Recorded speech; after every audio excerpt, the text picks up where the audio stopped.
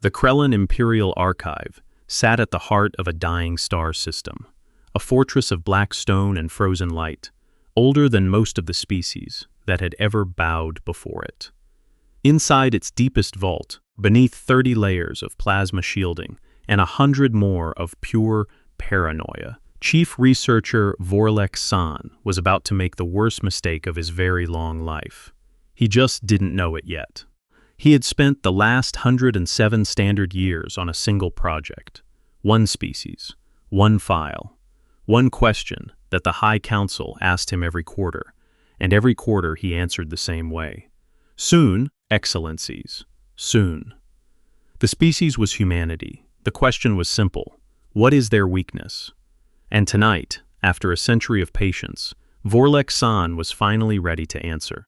He stood in front of the great obsidian wall where the data crystal would be inserted, his 6 fingers trembling not from age but from anticipation. Behind him, the 7 members of the Krellan High Council watched in silence, their long necks bent forward, their golden eyes unblinking. Vorlek had never spoken in front of all 7 at once. Most researchers never even saw a single counselor in their entire careers. But tonight was different. Tonight was the night the Krellan Empire would receive the gift it had been waiting a century to unwrap. Excellencies, Vorlek began, his voice steady despite the dryness in his throat. For 107 years, the Imperial Archive has studied the species known as humans. We have observed them through every available method: drone surveillance, captured genetic samples, interrogation of the very few we have ever managed to take alive, analysis of their wars, their cultures, their religions, their medicines, their fears, their dreams. He paused. Tonight, I bring you the conclusion of that work. The eldest of the council, a Krellan so ancient her scales had turned the color of old bone, leaned forward slightly. Then speak, researcher. The Empire has been patient. Do not test that patience now. Vorlek inserted the crystal. The obsidian wall rippled into light, and the war began. Not that anyone in the room knew it yet. 6,000 light years away, on a small blue world that should not have been important to anyone, Captain Mara Voss was eating a sandwich. It was a bad sandwich. The bread was stale, the cheese was the kind that came in a tube, and the lettuce had gone limp 3 hours ago. She ate it anyway, because she was tired and hungry and the briefing was about to start, and she had learned a long time ago that food was food. You ate when you could. You slept when you could. You complained on your own time. Her communicator chirped. She didn't look up. She kept chewing. It chirped again. She kept chewing. It chirped a 3rd time, and this time it didn't stop. Mara sighed, set the sandwich down on a napkin, and picked up the communicator.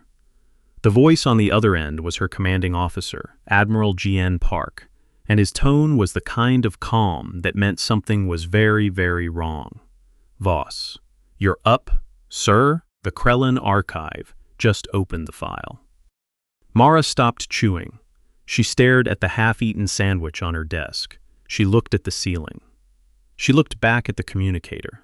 And then she did something her aliens' enemies, watching from 100 different surveillance angles across 100 different star systems, would never have predicted. She laughed. It was not a small laugh. It was not a polite laugh. It was the laugh of a woman who had been waiting 22 years for exactly this moment, and now that it had arrived, she found it genuinely, deeply funny. Took them long enough, she said. Voss, listen carefully. Protocol Echo 7. You have authorization. You have command. Earth is behind you. Make us proud. Yes, sir, Mara said. She was still smiling. I'll see you when it's over. She put the communicator down. She picked up the sandwich. She took another bite. And then she stood up, walked out of her office, and went to start the war that the Krellan Empire had been preparing for, without ever once realizing that humanity had been preparing for it longer. Back in the obsidian vault, Vorlek San was speaking. The data crystal pulsed with light, and behind him, on the great wall, Images flickered in sequence. Humans on their homeworld, humans in their ships, humans laughing, crying, fighting, sleeping, working, dying. 100 years of observation, distilled into a single presentation. The human species, Vorlek began, is biologically fragile. They cannot regenerate lost limbs. Their bones break under pressures that a Krellan child could withstand without effort. They drown in their own atmosphere if it tilts even slightly out of balance. They can be killed by microscopic organisms that share their own world. They can be killed by their own emotions if those emotions become extreme enough. They are, by every measurable metric of physical durability, one of the most delicate sapient species we have ever catalogued. The council nodded. This was known. They are also, Vorlek continued, psychologically unstable. Their minds are prone to cascading emotional states they cannot fully control. They form attachments to objects, to other beings, to ideas, even to abstract concepts, with an intensity that frequently impairs rational decision-making. They will sacrifice their own survival for these attachments. They will sacrifice the survival of their species for these attachments. They have, on multiple recorded occasions, brought their own civilization to the edge of collapse over disagreements about which invisible deity is correct. The council made small sounds of disgust. This too was known. They are short-lived, Vorlek went on. Their average lifespan, even with their primitive medical technology, is barely 100 standard years. They forget. They die. Their leaders are replaced before any long-term strategy can mature. They have no continuity, no institutional memory beyond what they can write down, and they argue endlessly about whether what they have written down is true. Yes, the eldest said, her patience visibly thinning. Researcher, we know what they are not. Tell us what they are. Tell us their weakness. The single point of failure. That is what the Empire requires. Vorlek bowed his head. Excellency, I have studied this species for 107 years. I have read every report. I have analyzed every dataset. I have run every simulation our finest minds could devise. I have looked at this species from every angle that a sapient being could possibly look at another sapient being. He paused. And I am here tonight to deliver to you my conclusion. The room went still. Vorlek raised his head. His golden eyes met the eldest's golden eyes. They don't have one. The silence that followed was not empty silence. It was the kind of silence that has weight, that presses on the chest, that makes the lights in a room seem dimmer than they were a moment before. The 7 members of the Krellan High Council stared at Vorlek San, and Vorlek San stared back, and for a long moment no one spoke. Then the eldest spoke. Her voice was soft, almost gentle, the way a predator's voice is gentle just before it strikes. Explain, Excellency, Vorlek said. Every weakness I have catalogued in this species, every fragility, every flaw, every limitation, every tendency towards self-destruction, every irrational behavior, every short-sighted decision, every cultural absurdity, every biological vulnerability, every psychological instability, every single thing that should make this species easy to defeat, he swallowed, is also the source of their strength. That is not possible. Excellency, with respect, I am telling you what 107 years of evidence has shown me. Their fragility is why they invented technology. They could not survive their own world without tools, so they built tools, and then they built tools to build tools. And now they build tools that can level mountains and split and cross stars. Their psychological instability is why they invented art and science and religion. They cannot accept the universe as it is, so they remake it. Their short lifespan is why they hurry, why they create, why they reproduce so aggressively, why they teach so obsessively, why they document so thoroughly. They know they are dying, so they refuse to waste a single moment. The council was no longer making small sounds. The council was perfectly still. Their attachments, Excellency, the very thing I just listed as a flaw. Do you know what happens when you threaten something a human is attached to? Their child, their mate, their home, their idea, their friend, even their pet. Do you know what they will do? Vorlek's voice had risen now. He was not lecturing anymore. He was warning. They will do anything. There is no calculation. There is no cost-benefit analysis. There is no rational weighing of consequences. They will burn the galaxy down. They will burn themselves down. They will keep coming and coming and coming, long past the point where any reasonable species would have surrendered, until either the threat is gone or they are. Ada, researcher San, the eldest said, her voice now very cold. You are describing a species. You are not describing a weakness. Excellency, that is what I am trying to tell you. They don't have one. He took a step forward, and one of the guards at the door tensed, but the eldest waved her hand, and the guard relaxed. Vorlek continued. I have watched this species for 107 years. In that time, they have survived 3 near-extinction events of their own making. They split their own atom and almost destroyed themselves with the consequences. They poisoned their own atmosphere and almost suffocated.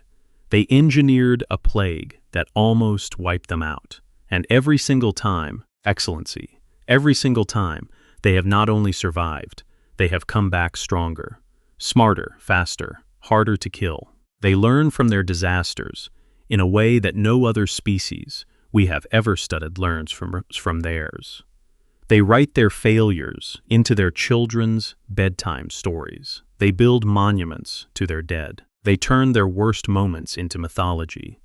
And then they raise the next generation on that mythology. And that generation grows up afraid of nothing, because they have already heard about every horror their ancestors saw survived. You are saying, one of the other counselors finally spoke, a younger one, whose scales still held some of the green of his middle years, that this species cannot be defeated. No, Excellency. I am saying that this species cannot be defeated by attacking their weaknesses, because their weaknesses are their strengths. To break a human, you would have to remove the very things that make them break. And the moment you do that, they are no longer human. They are something else, something that does not fight back, something that does not exist. Then we attack their strengths.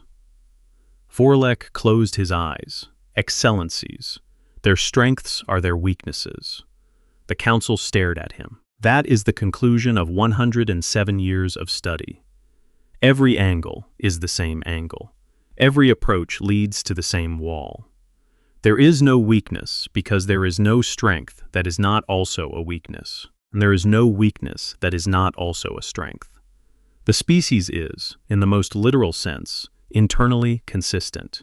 They are what they are, and what they are cannot be unmade without unmaking them entirely. And if you try to unmake them entirely, Excellency. Vorlek looked at the eldest. They will unmake you first.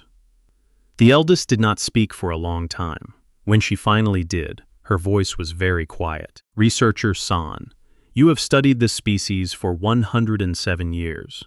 You know them better than any Krellan alive. I will ask you a simple question, and I want a simple answer.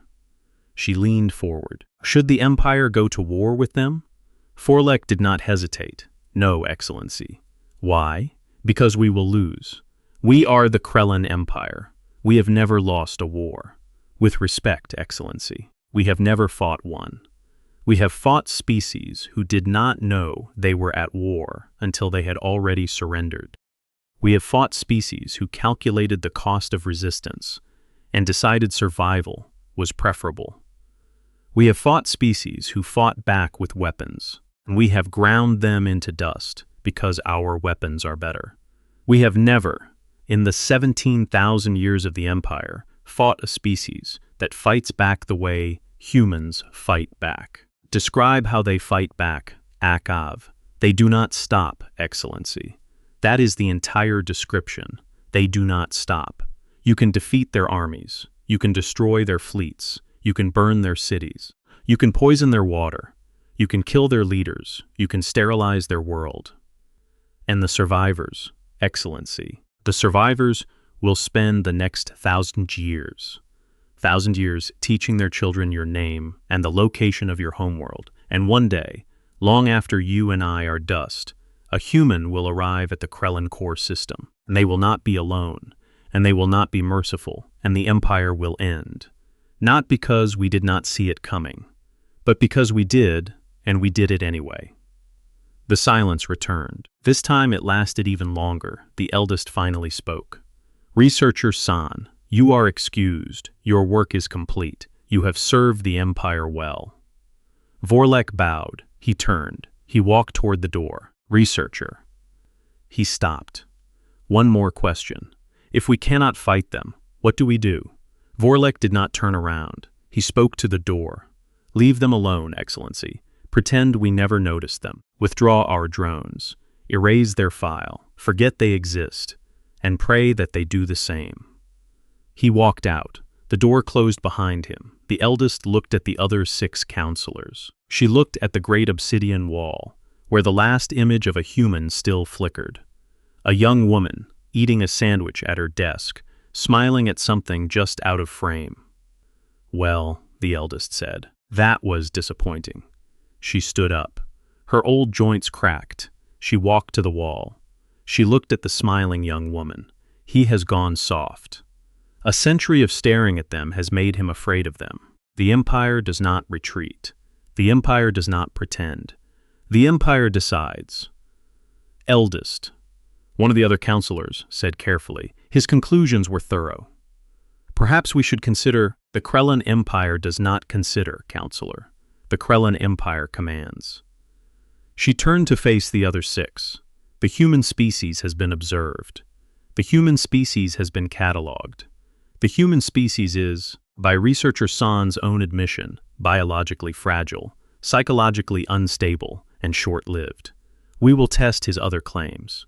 We will test them aggressively. We will test them now. Eldest, what are you ordering? The eldest smiled, and a Krellan smile is not a friendly thing. A demonstration, a small one, a scout fleet, 3 ships. We will strike a single human colony on the outer edge of their territory. We will observe their response. We will measure how long it takes them to retaliate. We will measure how far they retaliate. And from that data, we will calculate what the full Empire requires to bring them to heel. 3 ships against a human colony. Eldest? 3 ships. And, counselor, send our finest. I want to see what their best defense looks like against our least effort. The order was given. The ships were dispatched. The Krellan Empire began its first and last war with humanity. At exactly 37 minutes past the moment Captain Mara Voss had finished her sandwich, the colony was called Hadrian's Reach. It was a mining settlement on a tidally locked moon orbiting a gas giant, and it had a population of roughly 4,000 people. Miners, mostly, their families. A small administrative staff, a medical clinic, a school, a bar that served terrible synthetic whiskey, and which was, on most nights, the busiest building in the entire colony. The Krellan scout fleet arrived in system at 0400 local time. 3 vessels, state-of-the-art, each one capable, in theory, of leveling a small city. They had been chosen specifically because they were not the Empire's most powerful ships. They were the Empire's average ships. The point was to see what humanity's defense looked like against an average Krellan threat. The point was data. The point became something else. Very quickly. Captain Mara Voss had been in command of the Hadrian's Reach defense network for exactly 3 weeks. The network itself had been in place for 22 years. It had been built by her predecessors, and their predecessors, and their predecessors before them, and every single one of them had operated under the same standing order. The order was not classified. It was not even particularly secret. Any human in the entire star system could have told you what it was if you had asked. It was written on a small brass plaque above the main console in the defense control room, and it read, "If they come, do not negotiate, do not warn, do not hesitate, end them. Then send the message." Mara had read that plaque every day for 3 weeks. She read it again now, as she walked into the control room, and the night shift snapped to attention. She nodded to them. She sat down at the main console. She put her sandwich, the same sandwich. She had taken it with her, on the edge of the console. She took one final bite. She chewed. She swallowed. She pressed the button. What the Krellan scout fleet experienced in the next 4.7 seconds would later be studied, analyzed, and ultimately classified at the highest possible level by every surviving Krellan archivist, of which there would eventually be very few. The recordings would be reviewed. The sensor data would be parsed. The final transmissions of the 3 ship captains would be transcribed, translated, and read aloud at the funeral services that the Krellan Empire would never officially admit it was holding. The first ship, the flagship of the scout fleet, never even completed its final approach vector. It was struck by a kinetic projectile that had been fired 4 hours earlier from a launch platform on the far side of the gas giant. The projectile had no engine. It had no guidance. It had no warhead in the conventional sense. It was simply a tungsten rod, 6 meters long, traveling at a significant fraction of light speed, and it hit the Krellan flagship dead center, and the Krellan flagship ceased to exist. There was no explosion. There was no debris field.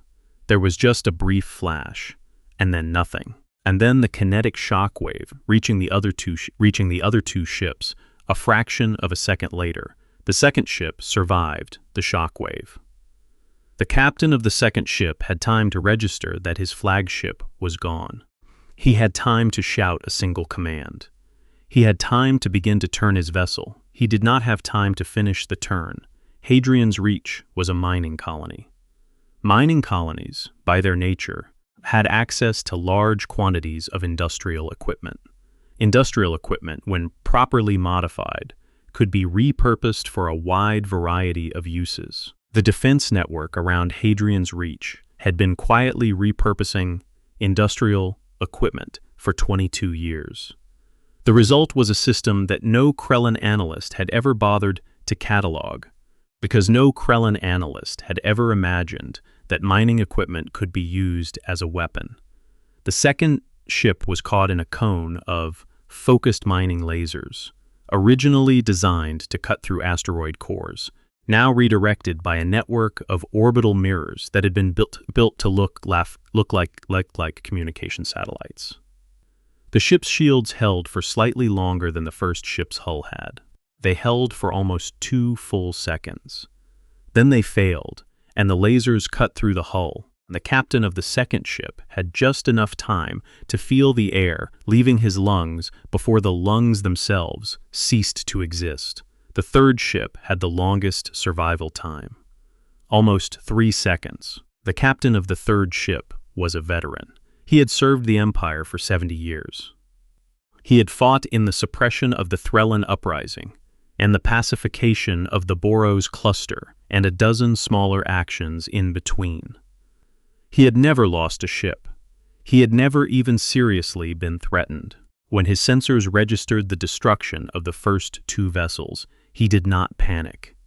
He did the thing that a veteran does. He began evasive maneuvers, locked his weapons on the planet, and prepared to launch a retaliatory strike that would, at minimum, level the colony before he himself was destroyed. He almost succeeded.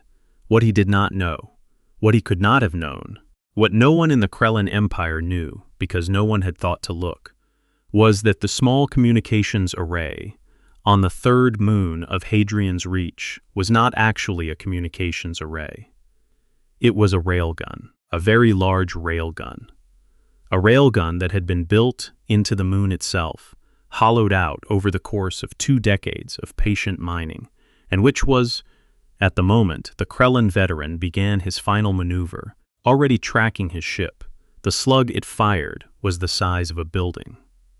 It traveled at a speed that no Krellan sensor was designed to detect.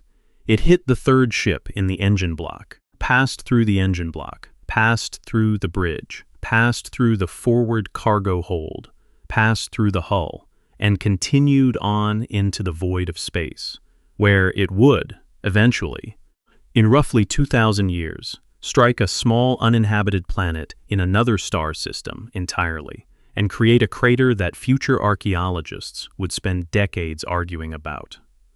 The third ship did not explode. It simply came apart.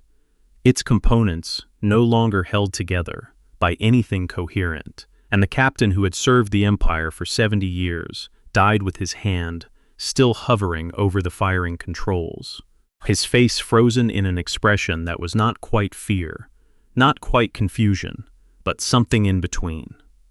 The expression of a man who had just realized, in the last fragment of a second of his life, that everything he had been told about the universe was wrong. Captain Mara Voss watched all of this on her console. The entire engagement, from the destruction of the first ship to the disintegration of the third, lasted 4.7 seconds. She picked up her sandwich. She finished it. She wiped her hands on a napkin.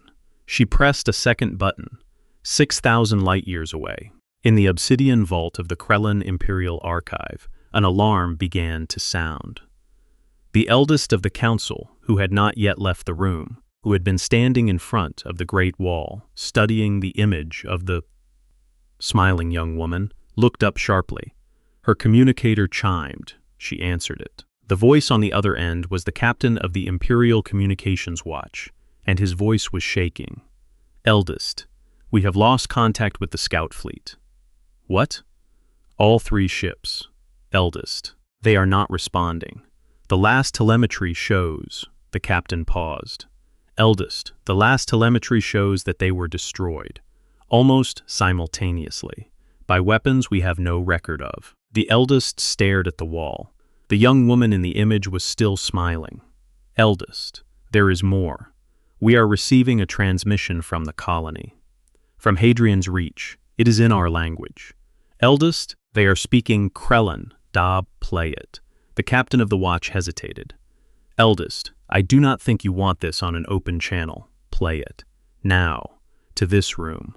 I want all 7 of us to hear it." The transmission came through. The voice was a woman's voice, calm, almost casual.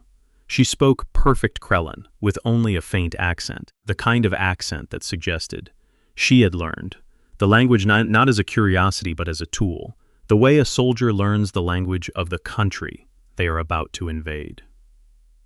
Krellan High Council, this is Captain Mara Voss of the Hadrian's Reach colony. Your scout fleet has been destroyed.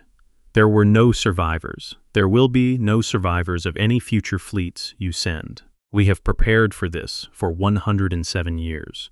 We have known you were studying us. We have known you were planning.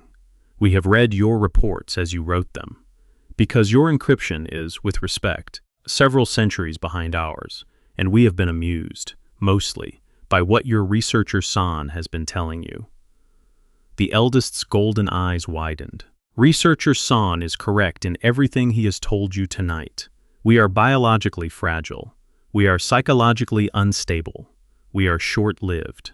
And we have no weakness. He has done excellent work. We have, in fact, taken the liberty of offering him a position on Earth, which he has not yet accepted, but which we believe he will, because the alternative we have presented to him is somewhat unpleasant. We hope you do not mind. As for the question of what happens next, that is, of course, up to you. You have just lost 3 ships and 3 crews. You can pretend this did not happen, in which case we will pretend the same, and the Krellan Empire and the human species will continue to exist in our respective regions of the galaxy, and never speak of this again. This is our preferred outcome. This is, in fact, the outcome we have spent 107 years preparing for, because we do not want a war with you. We have other things to do, dabble, or you can choose to escalate. You can send a larger fleet. You can declare hostilities. You can try, as your eldest has just suggested, to bring us to heel. We would like to advise you, gently, against this option. Your researcher has explained why. We will not repeat his explanation. We will only add one detail he did not have access to. While he was studying us, we were studying you. While he was cataloging our weaknesses, we were cataloging yours. We have a list, eldest. It is a very long list. We have not shared it with him because he does not need to know. But we know. We know your homeworld. We know your shipyards. We know your archives. We know the names of your children. And if you choose to escalate, you will discover, very quickly, that we have answers to questions you have not yet thought to ask. This transmission will end in 10 seconds. After it ends, you will not hear from us again unless you choose to. Choose wisely, eldest. We have Earth out. The transmission ended. The 7 members of the Krellan High Council stood in the obsidian vault, perfectly still, in a silence that was no longer just silence. It was something much heavier. It was the silence of 7 beings who had just understood, all at once, that the universe was not what they had thought it was, that a species they had considered a curiosity had, while they were not looking, become something else, something they did not have a word for, something that had been watching them back the entire time. The eldest looked at the wall. The young woman in the image was still smiling, and now, finally, the eldest understood what she was smiling about. "Withdraw the drones," the eldest said quietly. "Erase the file. Forget they exist. Eldest, the Empire does not retreat. The Empire does what the Empire must to survive, Counselor. And tonight, the Empire has learned that survival has a different meaning than we thought." She turned away from the wall. She walked toward the door. She did not look back. Researcher San was right. We will leave them alone. We will pretend we never noticed them, and we will pray that they do the same. She walked out of the obsidian vault. The other 6 counselors followed. The great wall went dark. The image of the smiling young woman faded.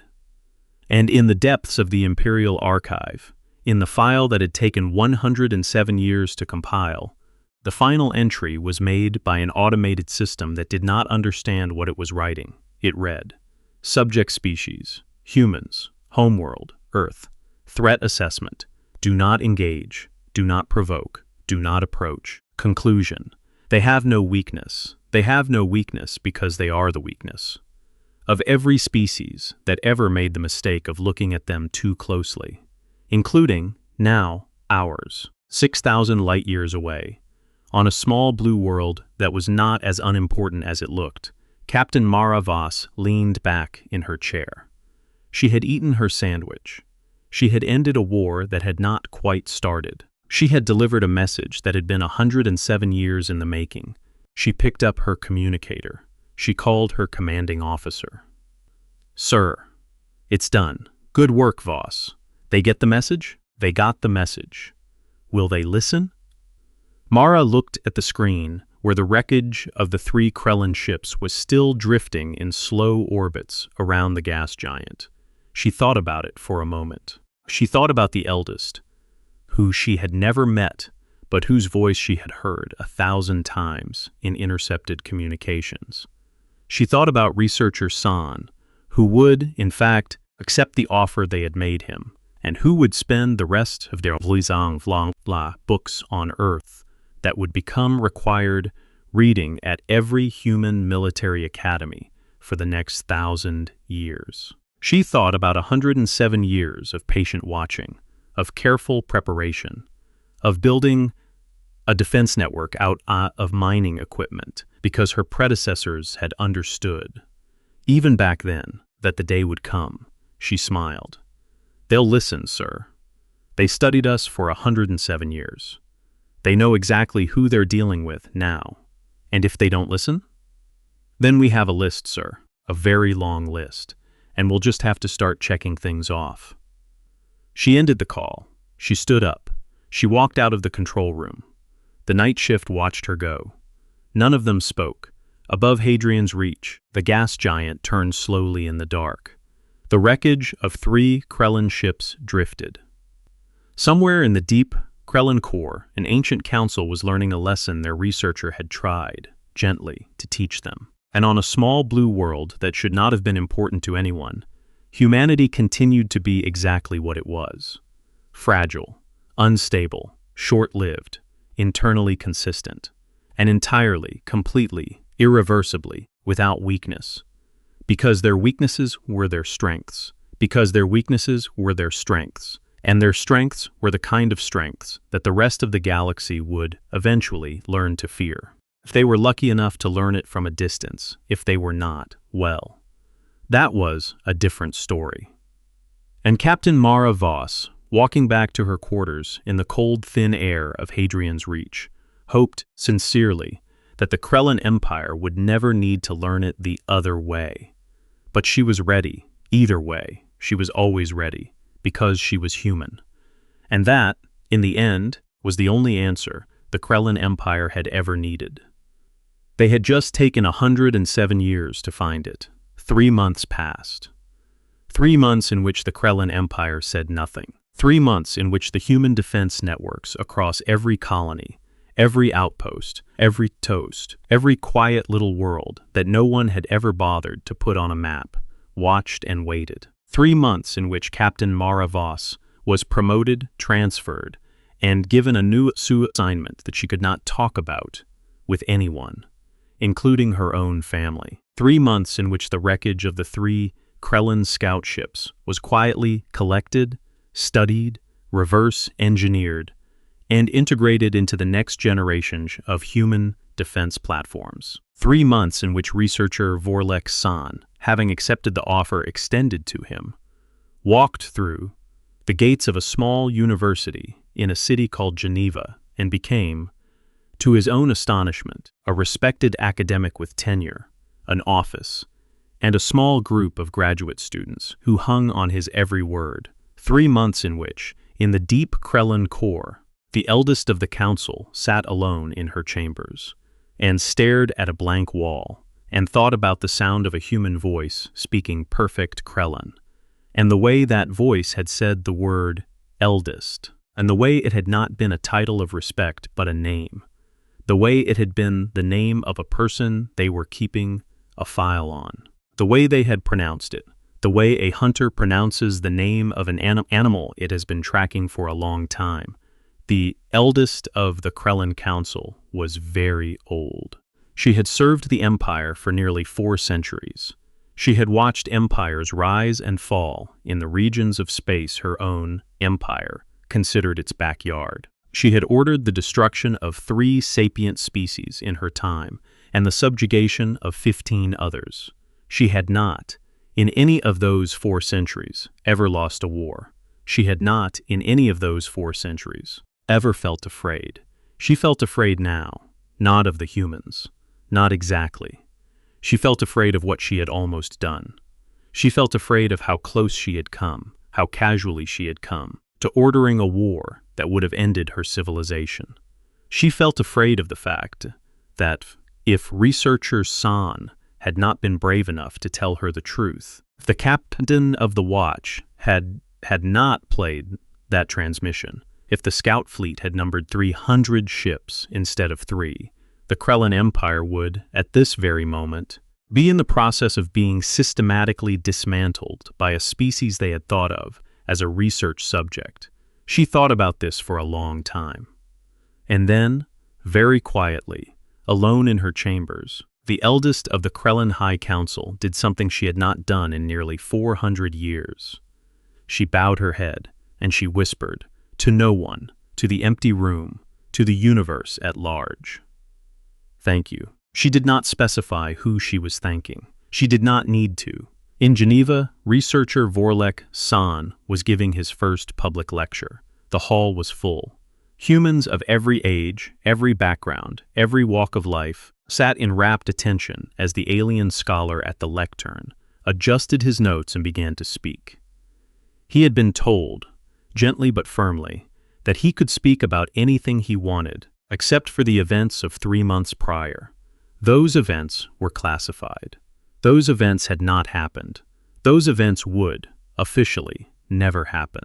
The wreckage in orbit around Hadrian's Reach did not exist. The transmission from Captain Mara Voss did not exist. The Krellan Empire and the human species had never made contact, would never make contact, and any rumor to the contrary was to be treated as the wild speculation of conspiracy theorists. So Vorlek did not speak about those events. He spoke, instead, about a different topic, a topic he had been thinking about for 107 years. When I was a young researcher, he began, his voice carrying easily through the hall, I was given an assignment. I was asked to study a species, to find their weakness, to deliver, at the end of my study, a report that would allow my people to defeat them, should that ever become necessary. I was given access to every resource I requested. I was given 100 years to complete the work, and I was confident, when I began, that 100 years would be more than enough. He paused.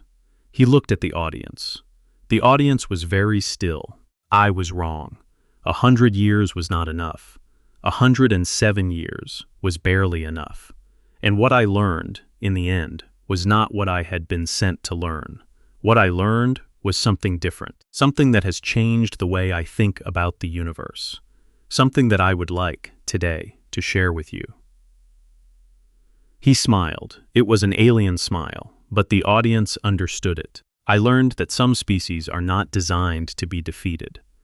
Not because they are too powerful, not because they are too clever, not because they have weapons or ships or strategies that other species lack, but because they are, in the most fundamental sense, the kind of beings that the universe builds when it decides it needs something that will never give up. The universe is full of species that are stronger than yours. The universe is full of species that are smarter than yours. The universe is full of species that live longer, fight harder, build bigger, and dream more grandly than yours. But the universe has only one species that, when you tell them the war is over and they have lost, looks at you with their fragile little eyes and says, simply, no, and then proceeds to demonstrate, over the course of the next 1,000 years, exactly what the word no means. The audience was silent. Vorlek looked out at them. He did not know, could not know, that one of the people in the audience was Captain Mara Voss, in civilian clothes, sitting quietly in the back row, listening to him speak with a small smile on her face. He would learn this later. He would, in fact, become her friend in the years to come. And they would sit together in cafes in Geneva and argue gently about the nature of their two species. And they would both, in their own ways, dedicate the rest of their lives to making sure that what had almost happened never quite did happen. But that was the future. Today, Vorlek was simply giving a lecture. He cleared his throat. He continued, I was sent to find your weakness. I will tell you now, publicly, what I told my own High Council in private 3 months ago. I will tell you what 107 years of careful, patient, exhaustive study revealed about your species. He paused. You don't have one. The audience erupted. They cheered. They laughed. They clapped. Vorlek waited for the noise to die down. When it did, he raised one hand. Please, please, I am not finished. I want to tell you why. The audience went quiet again. You don't have a weakness, Vorlek said, because you are not built the way other species are built. Other species have a strong side and a weak side, a clever part and a foolish part, a trait that lifts them up and a trait that drags them down. Other species are like a balanced scale. To defeat them, you simply find the side that tips down, and you push it harder, and the scale falls. You are not a scale. You are a knot, and the harder anyone tries to pull you apart, the tighter you get. He let that sit for a moment. Every flaw I tried to identify in you turned out to be a strength. Every strength I tried to identify turned out to come from a flaw. Your fragility taught you to build walls. Your walls taught you to build cities. Your cities taught you to fight. Your fighting taught you to organize. Your organizing taught you to dream. Your dreaming taught you to reach for the stars. Your reaching for the stars taught you that you were not alone in the universe. And that, my friends, has taught you everything that comes next. I do not know what comes next. Neither do you. Neither does anyone. But I will tell you what I have come to believe after a century of watching you, after a century of studying you, after a century of trying to find a way to bring you down and failing at every step. I believe that the universe is going to learn, in the centuries ahead, exactly what it means to share a galaxy with a species that has no weakness. I believe that some of those lessons will be hard. I believe that some of them will be terrible. And I believe that, in the end, the universe will be better for it. Because the universe needs something that does not give up. Yuan. The universe has needed it for a very long time. And the universe, in its strange and patient way, has finally produced it, on a small blue world, out of dust and water and time. He looked out at the audience. He smiled again. Welcome to the rest of history. Try not to be too hard on the rest of us. He bowed. The audience rose. The applause filled the hall, and in the back row, Captain Mara Voss applauded along with everyone else, her hands moving without her thinking about it, her eyes fixed on the alien scholar at the lectern who had, against every odd, become one of them. Outside the hall, the city of Geneva went about its business.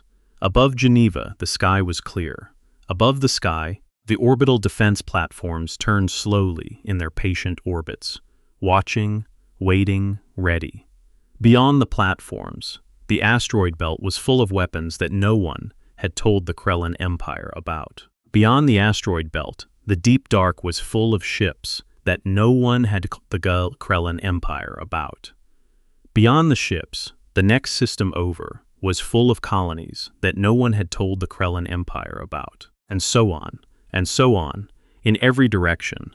The slow, patient, careful expansion of a species that had spent 107 years pretending to be smaller than it was, pretending to be weaker than it was, pretending to be exactly the kind of curiosity that an empire might study, while it built, very quietly, the foundation of everything that was about to come.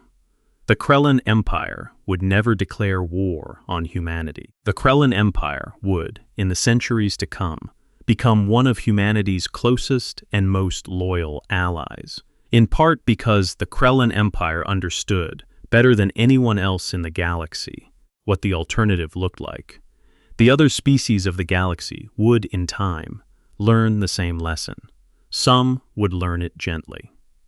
Some would learn it the way the Krellan scout fleet had learned it, in 4.7 seconds, with no time to file a report, but all of them would, eventually, learn the same simple truth. You cannot defeat what has no weakness. You can only choose, when you meet it, whether to walk beside it or to die in its path. Most chose, in the end, to walk beside it. The ones who did not, well, their files were closed, and the universe moved on.